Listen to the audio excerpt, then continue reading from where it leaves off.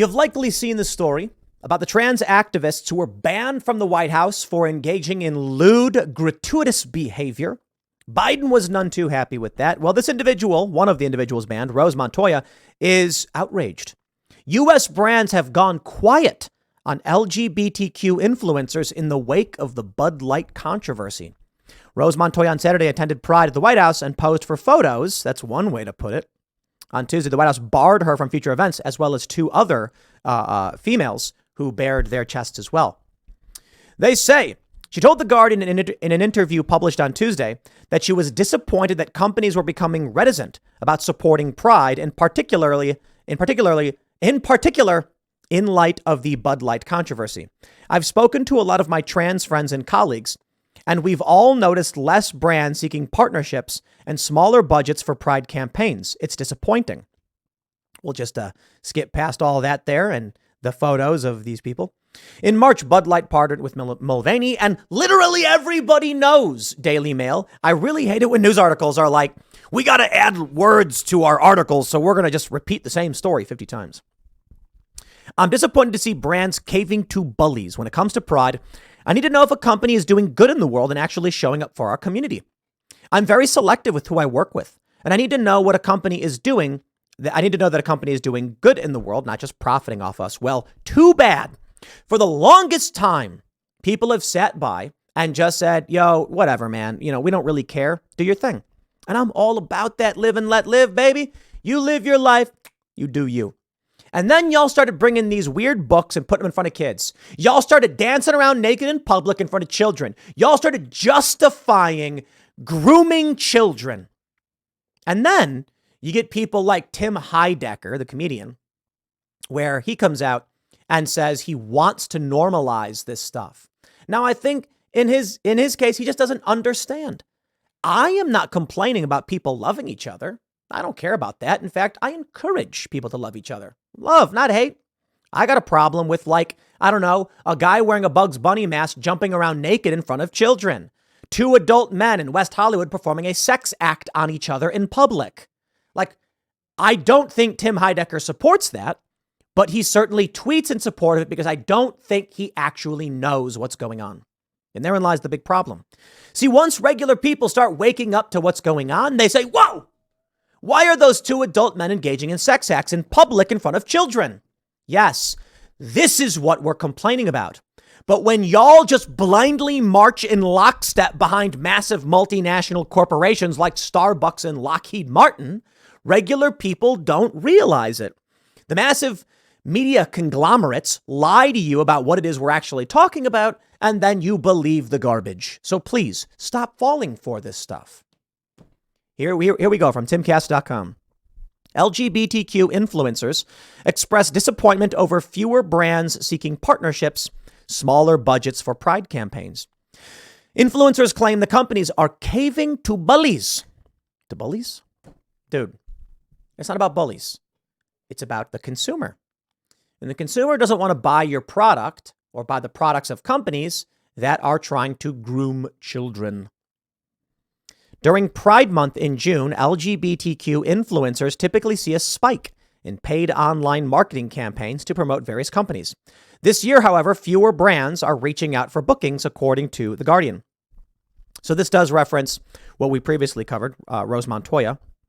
One high school teacher is now facing criticism after video surfaced of her threatening students with Saturday school if they refused to watch an LGBTQ video during what was supposed to be a math class. Take a look at this video.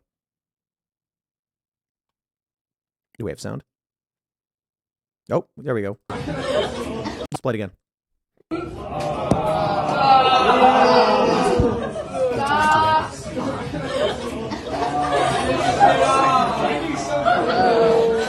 Wow, Miss Clark. Wow. Why are you showing this to kids? Hey, I'll warn you guys now, if you're going to be inappropriate, I will have supervision down and give all of you a Saturday school for next year. So knock it off. Okay. A Saturday school for next year. I don't know what that means. We had Saturday detention. I don't know what Saturday school is. Is that like next year you have to go to school on Saturdays or something? For next year? I don't know what she's talking about. But you hear the kids groaning? Yo, this is why companies are saying no. because they're like, dude, we're losing money. Cost benefit analysis. My friends, let me introduce you to capitalism. You see, the same functions that created this problem are going to do away with it. There was a time when pride stuff was controversial.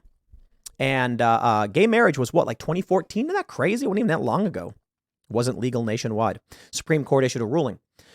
Well, then we got the emergence of what people call Pride Month, which is I'm sorry, it's just the stupidest thing ever, okay? A day, no problem. We have Memorial Day, but we have Pride Month? No. How about we have Veterans Month, where for the whole month we talk about those who sacrificed their lives?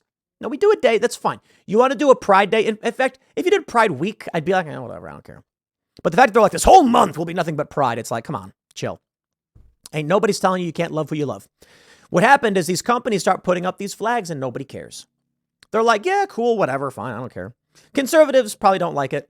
Now you've got the Progress Pride flag, which is a cult symbol, and I will not go to your business if you're flying that flag. Like, no question, because it's creepy and you're in a cult. But anyway, I digress.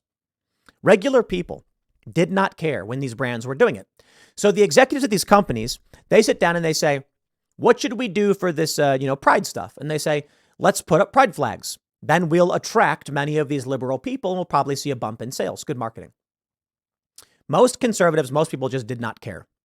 Then they started going after kids. Then people started to care. And we're in a new era now. In this era, the marketing executive goes into the meeting and they say, why are we putting up pride flags? And they say, we're hoping to boost our sales to the, gay community or whatever. There was I think it was Grubhub did that bottom friendly menu, which is, I just think should not be, no. I just say no. They're basically saying, in the most shocking of ways, food to make sure you don't defecate on your partner.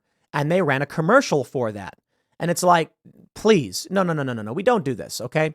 Because they could run commercials about pineapple. They can be like, are you and your wife going to have a good time? Eat bananas and pineapple. We don't do that. We don't. So it's not okay for one. It's not okay for the other. These are the kinds of things that have regular people saying, if you do this, I will not shop at your store. I will not be a customer for your business. And now, these marketing executives are saying, like, what's our cost benefit analysis on pride? Negative. And so they're saying, okay, we don't do it. It's that simple. It's not complicated. It's not bigotry. It's negative. It's how much do we spend? It's going to be $4,000 per store to put the decorations. Okay. How much money will we make? Actually, we're going to lose 30% of our sales. What? So it's going to cost us money and then we're going to lose money? Don't do it. That's ridiculous. Why do it? Well, because if we don't, they'll throw bricks through our windows. Get out of here. Just do nothing. Fly under the radar. That's the amazing thing about it. Timcast.com says, as more adult-themed content is being offered to children through marketing campaigns, public backlash has been swift. Following Bud Light's decision, we get it. You see, Timcast, everybody knows you don't need to write this. I say this about every outlet, even my own. The popular retailer Target suffered a similar fate. According to RILA Global Consulting, which tracks more than 100 million websites, last June there were fewer than 400 posts calling for pride-related boycotts. This year, in May, there were more than 1,500. I'm disappointed to see brands caving to bullies, says Montoya. They're not bullies. They're regular families. Sonia Thompson, a brand coach and strategist, said, moments like this really showcase the depth of commitment brands have to inclusive marketing. The brands that are most afraid of backlash are the ones that were going at pride on a pretty superficial level. Ian Michael Crum, a New York-based skincare influencer, says he loves the annual June Pride merchandise, but there's a fine line, adding, there are times you can just tell it feels like a money grab. It's always a money grab. You think Lockheed Martin cares? You know what? Let's boycott Lockheed Martin. How do we boycott Lockheed? Do we write to our members of Congress and Senate and tell them to stop providing funding to these people? I guess. Yes, boycott Lockheed Martin, everybody. There's a really funny meme. They're yelling at Elon Musk because Ted Kaczynski died. And the meme, it's hilarious. It's death at a claw machine. And the claw is picking up a guy. And he goes, Ted Kaczynski, is Henry Kissinger even in this thing?